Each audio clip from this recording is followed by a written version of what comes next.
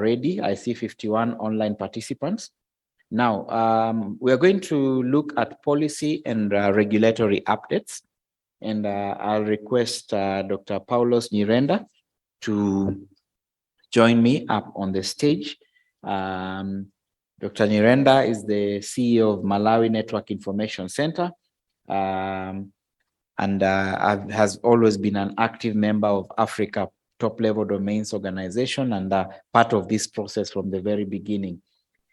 We expect to have Oluni Ajao, the Managing Director of Web for Africa.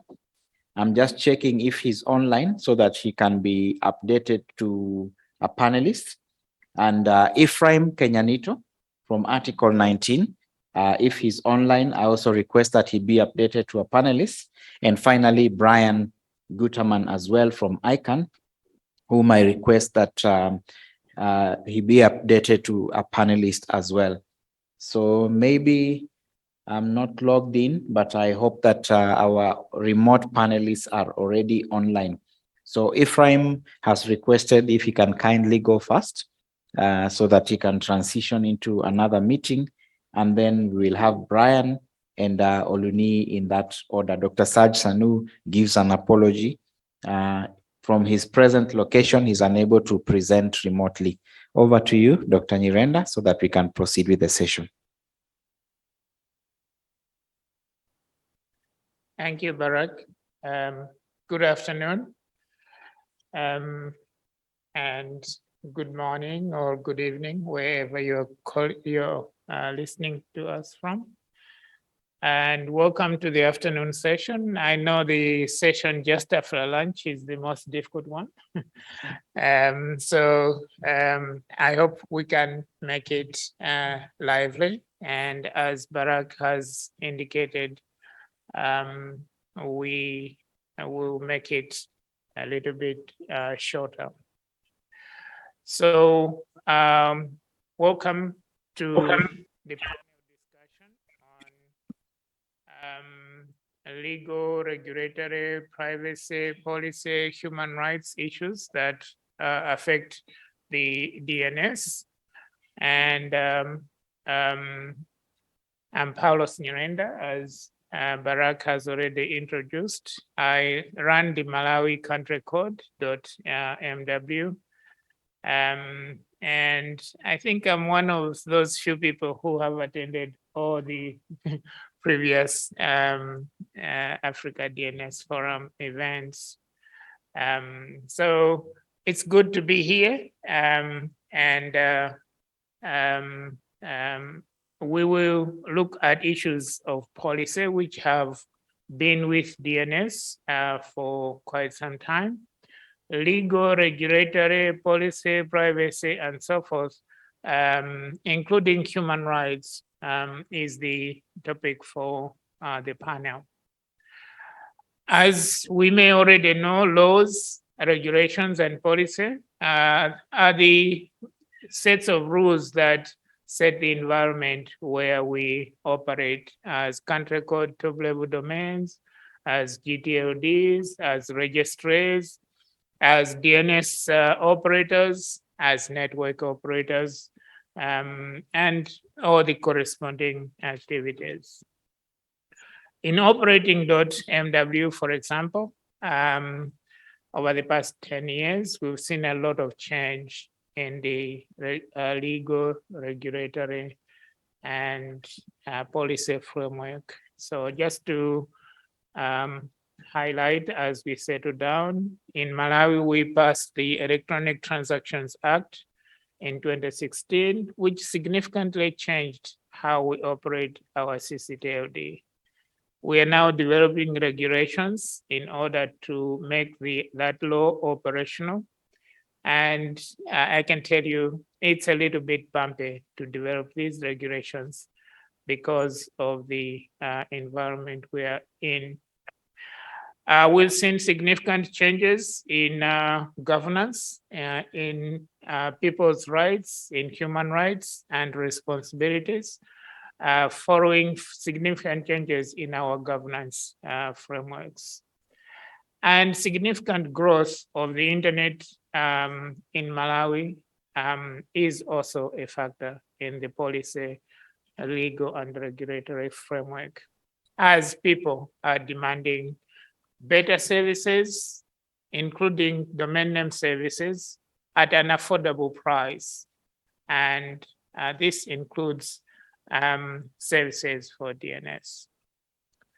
So laws, regulations, and policy are basically government issues. And so we interact a lot with governments. And I know that many African countries are still going through this process of developing their legal, regulatory, and policy framework with human rights issues in mind. So this issue is very much pertinent to the business that we're looking at today. And I have a panel that will discuss these issues. Maybe if they are online, they can just confirm Mr. Ajao is available. We have Ephraim. Ephraim. Okay. Replacing Ajao.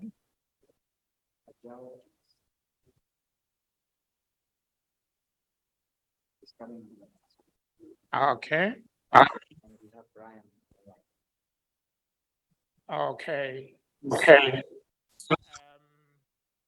Dr. Sanau sent apologies. Okay. And do we have a regulator to replace him or not? We proceed with this. Okay. All right. So let me welcome the panel that's available. I think I'm the only one in the room. Can I invite Ephraim to introduce himself? Hi everyone, this is Ephraim. I don't know if the host can allow me to turn on video. Can you hear me? Yes, we can. Yes, we can hear you. Okay, I'm trying to turn on the video function, but it seems yeah, okay, finally it's working. Hi everyone, this is Ephraim. I am a lawyer and I am interested in the issues of technology, media telecommunications law, specifically issues with infrastructure and the intersection with how they affect the common internet user. So I'll be very excited to have this conversation. And within ICANN community, I am the co-chair of the ICANN Cross Community Working Party on human rights. So that's an ad hoc ICANN group that is multi-stakeholder and has different people, and we discuss human rights issues within ICANN ecosystem. Thank you very much. Thank you very much. We have Brian. Can you introduce yourself? Hello, everybody. Hello, everybody. Can you hear me okay in the room? Yes, we can hear you. Great. Thank you for having me. My name is Brian Guterman. I work for the ICANN organization. One of the things I do for ICANN is run the registrant program. The registrant program produces educational materials for domain name holders. So, you know, the customers of the registrars in the room there. And today I'll be speaking a bit from the registrant perspective, talking about registrant rights and responsibilities that are actually part of the that are in the registrar accreditation agreement, the agreement between registrars and ICANN, and talking a bit also about some best practices for being a responsible domain name holder. And I also look forward to hearing the perspectives from those in the room and from the other panelists. So thank you for having me. Thank you very much, Brian. Do we have any other panel? Okay, so Dr. Kenyanito is not available. Okay, Kenyanito, I'm online. Okay. So he's available, is he? Ephraim is okay, that's the lawyer. Okay. All right, so we have a panel of three. And maybe just to further introduce the topic, for DNS, I note that the issues that we are dealing with are at various levels. We have them at national level, legal and regulatory framework at national level. We have them at this level really heavily impacting CCTLDs. We also have global policy issues that are led by ICANN and the various arms of ICANN. They involve mostly global policy. We have registry level issues that each CCTLD can produce its own policy for the CCTLD, issues like price that we heard about in the morning, issues of domain name registrations and so forth.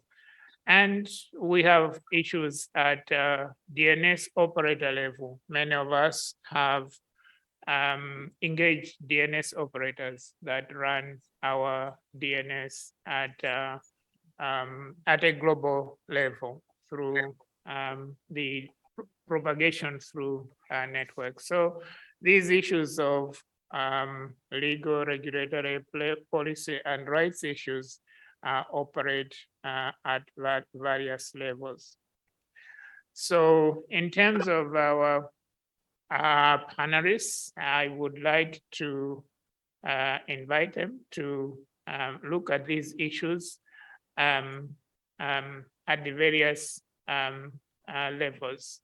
Maybe I can start with Ephraim, the lawyer. I think that what we have in Africa are legal issues at various country levels. Maybe you can share your experience with us with respect to dealing with these issues and in achieving the theme for this DNS forum, attaining inclusive and diversified operations in the DNS operation. So over to you, Ephraim. Maybe you can share your perspective with us. Thanks. Thank you so much. I am just going to share my screen just for a second. So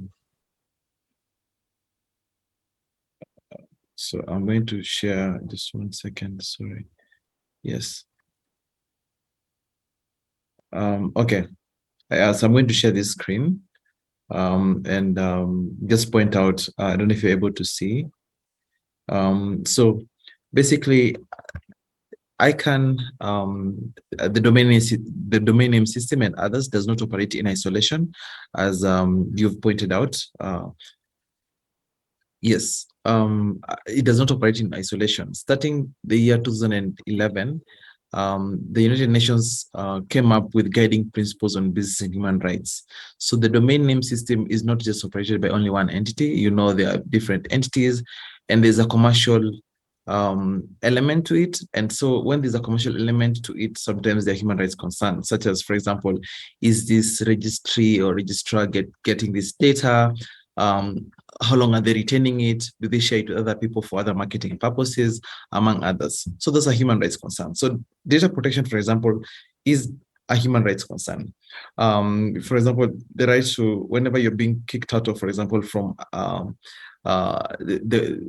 your website is being terminated or suspended, for example, for various reasons, that's a human rights concern in terms of, do you have the chance to defend yourself and say, no, maybe it was hacked or whatever? It's a right to due process concern.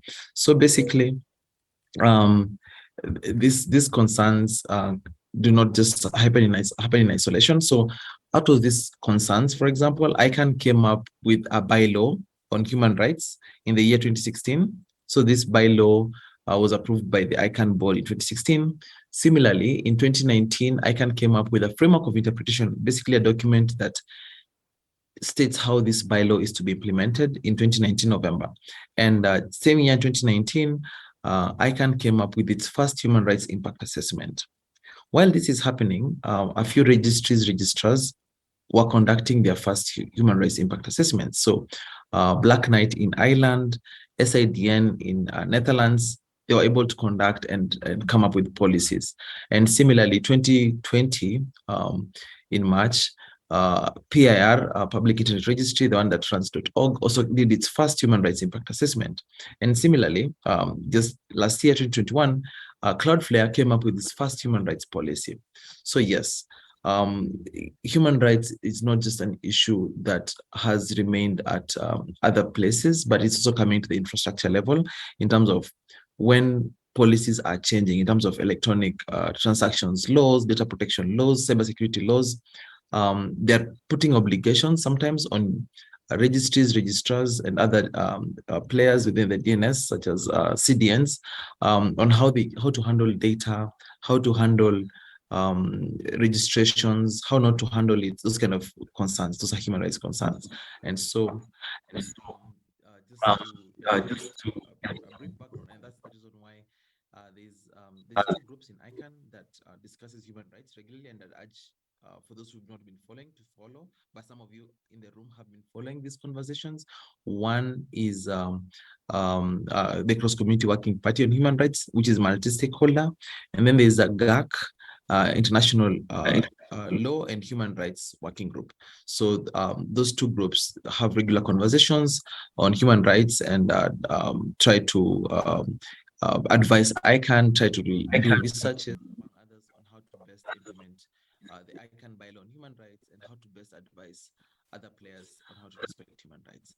I think those are the key things that I'd say, and some of it that I would just highlight, for example,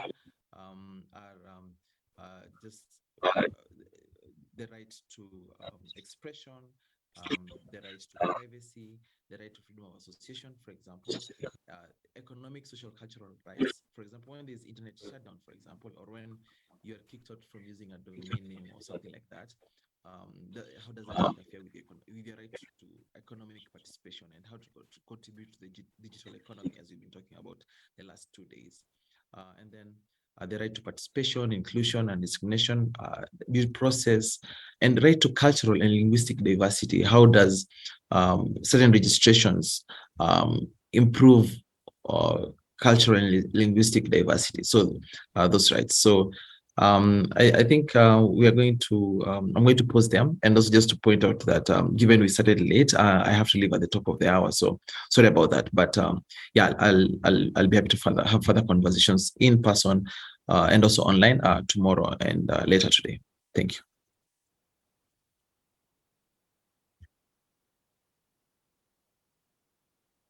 Thank you very much. Maybe I can move to Brian from ICANN. I think that Ephraim has talked a few things about this topic, the policy and human rights issues. The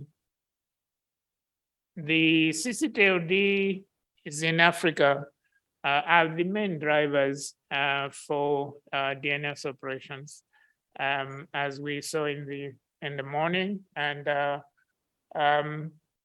providing some competition to GTLDs operating in the same space.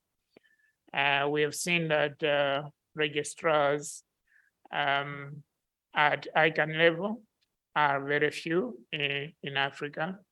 and the local registrar community in Africa is dominated by local registrars accredited by CCTLDs who operate under a legal, regulatory, and policy framework within the countries in which they operate. And I think that a few presentations in the morning have already seen this. So maybe you can highlight on how ICANN is addressing issues of policy, legal, regulatory, and human rights issues in the development within and around ICANN. Brian, please. Thank you, Doctor, and thank you, Ephraim, for sharing your important perspectives about ICANN and the industry and human rights. Let me share my screen here, and I will make a short presentation.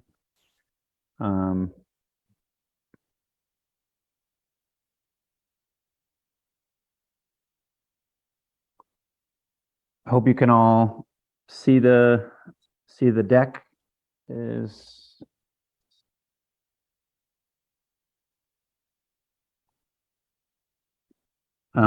Can you confirm, Doctor? Can we see the presentation in the room? Yes, we can see it. Okay, fantastic. Thank you. So to start, today I'll be talking just a bit about domain name registrant rights and responsibility, a bit about ICANN's broader role in the DNS ecosystem. ICANN.org, ICANN as a whole is committed to employing an open and transparent, a bottom-up, multi-stakeholder policy development process. This, of course, includes civil society, registrars, registries, everyone in the industry, but of course also end users, including registrants. Registrants are, the customers of those in the industry. They are the individuals or entities that register domain names for a period of time. ICANN, in all of its work, of course, strives to ascertain the global public interest. So, registrants are really part of the ICANN bylaws. In the bylaws, it's stated, as you can see here, that ICANN it needs to work to ensure an open, transparent, and bottom-up multi-stakeholder policy development process that includes civil society and registrants to ascertain the global public interest. Registrant rights and responsibilities in particular are actually included in the RAA, the Registrar Accreditation Agreement, which is the contract between ICANN accredited registrars and ICANN. The rights of registrants include having access to information from the registrar regarding processes for registering, managing, transferring, renewing, and restoring their domain name registration. So a theme coming through here is that, I think on both ends, for the registrars, hosting providers, others who support, domain names usage, whether it's websites or email, whatever it is, if it's a CCTLD, a .org, .com, .ke, we always encourage and suggest responsible, active domain name management, and of course, active domain name customer service from the registrar side. And to add a bit more about that, we've always recognized ICANN.org, that is, from the beginning, we've always recognized domain name holders, registrants as critical, entities in the overall DNS. And it's their management of the domain names that really make for a robust, stable, and secure DNS more broadly, which is what we're talking about here at the Africa DNS Forum and Domain Name Marketplace. A couple of specific examples, and for maybe those in the room participating online that have domain names, those that are in the industry and familiar with ICANN's work more broadly, especially its policymaking development process. You may have heard about some of these policies, but these policies all impact registrants directly in different ways. The Who Is Data Reminder policy, for example, this is the policy that reminds registrants to keep their contact information up to date. And this is to ensure that registrars can get a hold of the registrants, their customers, should something arise that they need to be notified about. The Expired Registration Recovery Policy, the ERRP, this will sometimes allow registrants to recover domain names if they forgot to renew it. And this may seem easy enough to do, but oftentimes it's whoever registers a domain name, they might move to another job. If it's a small business, they might pass on the responsibility of managing that domain name to somebody else. And it's important that the information is flowing both ways between the registrar and their customers, the registrants. The transfer policy, the URS, and the UDRP are also other examples of policies that were built and developed in a bottom-up manner that have registrants at the front of their mind and protection of registrants in particular. And that's something that is enforced by our compliance department. Now moving on to a couple of things that we always like to bring up in presentations like this when we're talking to the broader community. There are, I think, probably some registrants themselves in the room and participating online. Some things to think about when registering a domain name that will, if one considers these things prior to registering a domain name, it can help mitigate problems and issues down the road. So things like just know who you are dealing with. We suggest registering domain names with ICANN accredited registrars. Understand what the customer service is of the registrar. Can they speak to you in your local language? Do you have a way to contact them in your local time zone? Will somebody pick up the phone? What sort of ways can you get a hold of them to make sure your website, whatever it is you're using your domain name for, is up and running at all times? Because they're really valuable assets, and we'll get into that later. And finally, read and understand the terms and conditions. So before you click agree and you register that domain name, make sure you understand what you're getting yourself into. Domain names are valuable assets. The costs can vary for registering domain names, of course, but they are incredibly important once you have them, whatever you pay for them, whether it's used for online commerce, if you're selling goods and services, or you're just using your domain name to communicate with family and friends. They're incredibly important, valuable assets, and they should be managed with care. So with that, I think I'll stop and hand the floor back to you, Doctor, and happy to answer questions and continue the conversation. Thank you very much, Brian. So maybe we can, in the interest of time, open the discussion. I know that with respect to this issue of policy, legal, and regulatory framework, when we look at Africa, we see that most CCTLDs in Africa are moving towards being regulated by a regulator, or even better or worse, according to how you look at it. They are being moved into the regulator, so they're being integrated with the regulator. And I was hoping that we would have a regulator on the panel to comment on this. But I know that in my region, the SADC region, there is this migration of the governments saying, yes, now you are a critical asset and we are moving you into the regulator. It has its pros and its cons. So let me open the topic for discussion, for questions, in the interest of time.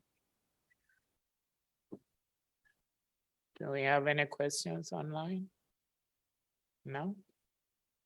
Questions from the floor? Yes. Maybe we can find a microphone. Thank you so much, Doc, for the great presentation. My name is Jasper from Zimbabwe Internet Society. I wanted to check in terms of the issue of privacy. I think one of the issues that is affecting the uptake of our own local domains is the stringent ways to say when you want to have a domain, .zw, for instance, in my country, we need an ID, a copy of your ID and other details, which some of these guys do not even, it's not even required when they buy the .coms. So I don't know, where do we balance that at the same time to have people really have easy access to our local domains as we're promoting your national domain vis-a-vis the requirements for documentation as far as privacy is concerned? That's my question to you, Doc. How do we tackle that? Thank you very much. Maybe we'll take one or two more.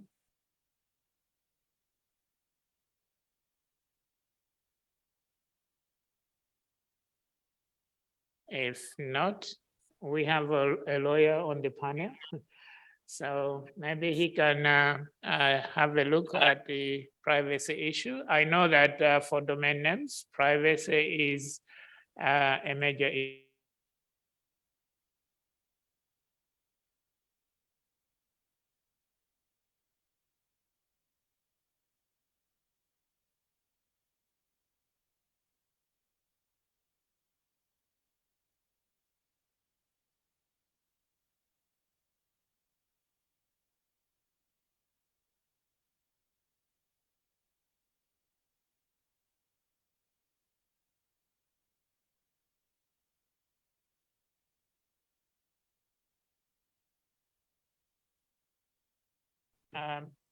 If I can continue with this while we wait for Ephraim. When you register a domain name, one of the major issues that those of us who operate registries is that we need to gather enough information so that if there is abuse or if there is significant breach of the law within the jurisdictions that we operate in, the authorities should have enough information to follow up the issues. So we try to collect as much information, contact information on domain registration as possible. And in many countries, yes, there is a requirement that you should show your ID, you should give a valid address, you should give valid contact numbers and so forth. With respect also to privacy, there is the issue of whether this information, once collected, can be publicly displayed. And I think that these issues have been heavily discussed with respect to GDPR of the European countries. One of the issues is whether that applies to your country or not. If I can take Malawi, for example, we have taken the view that we collect this information. We don't publish everything, but we publish enough in our WHOIS for people to be able to learn who has registered the domain. We publish a little bit more information than what GDPR restricts. And we have taken this view in Malawi because we think that our community does not yet understand fully issues about domain names, issues about how the DNS operates, issues about values of the DNS, issues about human rights, and so forth. So we are not following GDPR as strictly as the Europeans are doing. We get some queries, and our answer is that we have a unique situation in Malawi where we need to educate our community enough for them to appreciate the issues of privacy and so forth. So there's a little bit of friction, but within Malawi, we have received a general understanding of the issues. There are a few CCTLDs in here.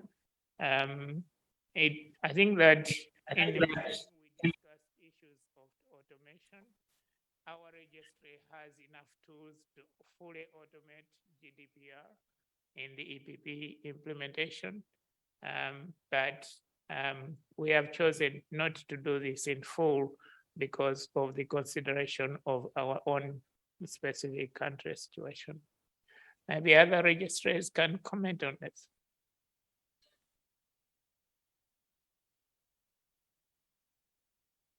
If not, we can move on to the next question. Yes, please.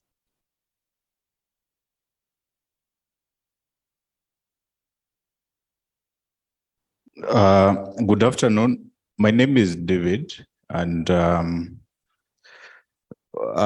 the years that I've been on the industry, I've encountered cases whereby you find a client contracts someone to set up a domain on his behalf.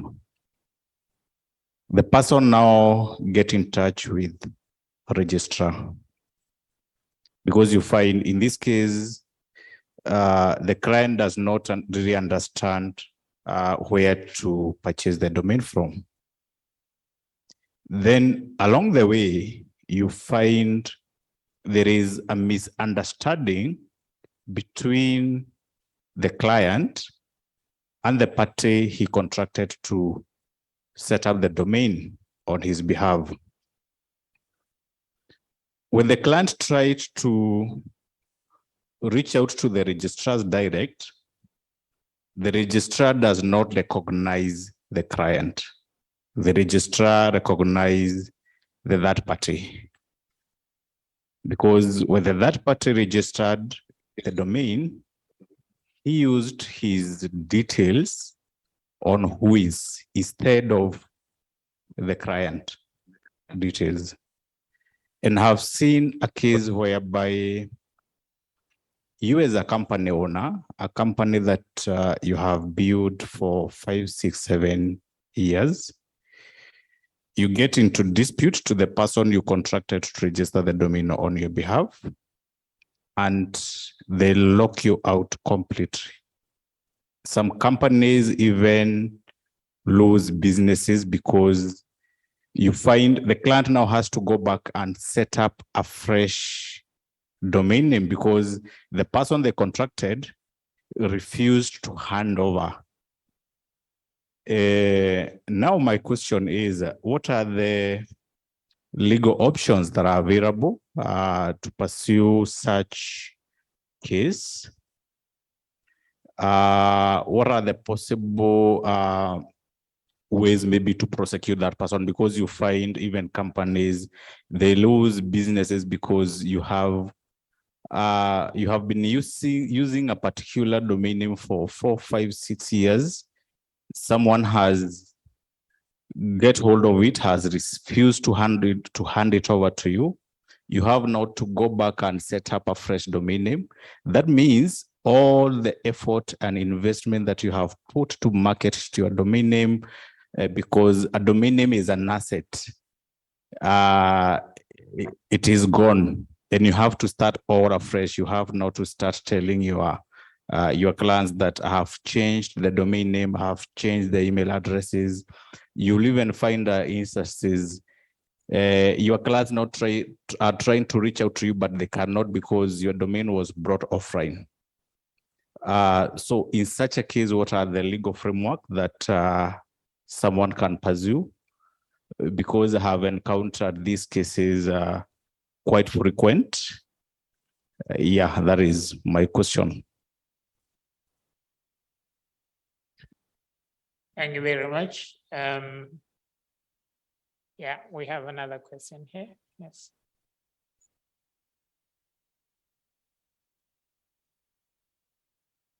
Good afternoon. My name is Jacqueline. I've been a registrar before. Today, I'm wearing a different hat. I'm representing the government of Kenya. Well, my concern is this. We have instances where there's a lot of hoarding of domain names. You find that I, as an interested party in a specific domain name, I know very well that it's just about to expire. Maybe I collude with someone in the registry, with the registrar, office. I get to know that this domain name, which is quite hot, is about to expire. So I'll get someone to probably wait for it, proceed and register. Maybe the owners are maybe sleeping on their job or something is happening of that sort. Then I end up having that particular domain name. I hoard it. The owners try to look for me. I do not want to release. I'm asking for amounts that are out of this world, you know. And I know very well that these are serious entity that actually needs this particular domain name. What are the laws governing such activities, such ethical practices in this space? Okay.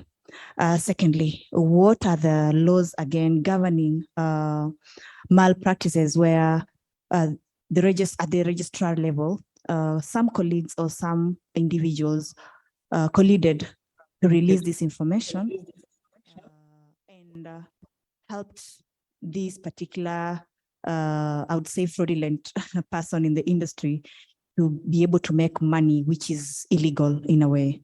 Thank you. Thank you very much. Maybe we can take those two for now. Maybe I could start at the international level. Brian, I know that ICANN has rules about protection of some names or I think there is a process on which ICANN handles such protection. Maybe you can comment on that on the legal framework at the international level. Hi, yes, and thank you for all those questions. I know we only have a few more minutes for this session, so I'll be short.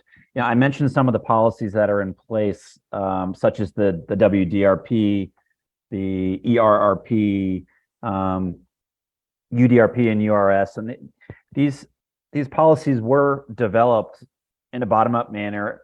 And to remind you all, you know, ICANN is an open policy development body so we invite everybody to ICANN.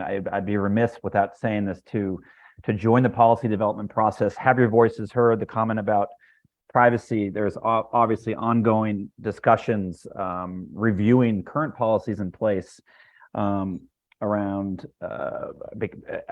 policies that were impacted due to GDPR. So to address that question, please, we invite you to join the ICANN policy development process. There's a variety of ways to do that, whether it be public comments, coming to an ICANN meeting, and having your voice heard. The two issues that were raised, the two most recent questions, that unfortunately these things do happen. There are policies in place at the GTLD level, that we govern to try and mitigate these problems, but unfortunately, if domain name registrants are not responsive, they're not keeping track of their registrations, sort of the best practices that I outlined before, some of these problems can happen down the road, and you might lose your domain name for different reasons, or it could be registered by somebody else if it expires, and unfortunately you can lose it. Which this is why we promote, suggest these best practices for responsible domain name management. And there's also on the registrar side, we hope that their customer service, we hope that they're sending the appropriate reminders to their domain name holders, getting the hold of the actual person who is, managing the domain name day to day to mitigate these sorts of problems. So thank you for sharing those problems that you've had, as part of the industry. And they're important topics for us to discuss at forums like this. Thank you, Brian. Is Ephraim still offline? He dropped off. Okay. Maybe I can take a look at some of these. I think there are 3 questions. Misunderstandings between a registrar and a registrant. I can give the case in Malawi. We have a very strong policy on this, and the policy is actually published on our website for .mw domains. And under the domain registration policy, we have an emergency policy. So where the relationship between the registrant and the registrar is properly outlined in the case of a misunderstanding. Our policy is that if a registrant complains and they have enough identification that they are the ones who registered the domain and that it is actually in their proper name, then when they complain, we give, when they complain to the registrar and they inform the registry. This is at the registry policy level. As I indicated, these policy issues are at various levels. So this is at the registry policy level. If that misunderstanding occurs, we have 48 hours for the registrar to respond. And if they don't respond, we kick in the emergency complaint scenario, where the registry has enough tools to actually process a valid complaint from the registrant. And these complaints are various. They involve payments, they involved modifications to the domain, they involve inappropriate behavior by registrars. So this is at the registry policy level. It's not at the national policy level. Under that policy, we are able to deal with complaints like these. So I'm quite sure if you're dealing with a CCTLD, maybe you could have a look at their policy, and if they don't have one, maybe develop a system to develop a policy to handle misunderstandings like this. For us, it has never reached a national policy level. We deal with them at the registry, and so far we have achieved satisfactory results.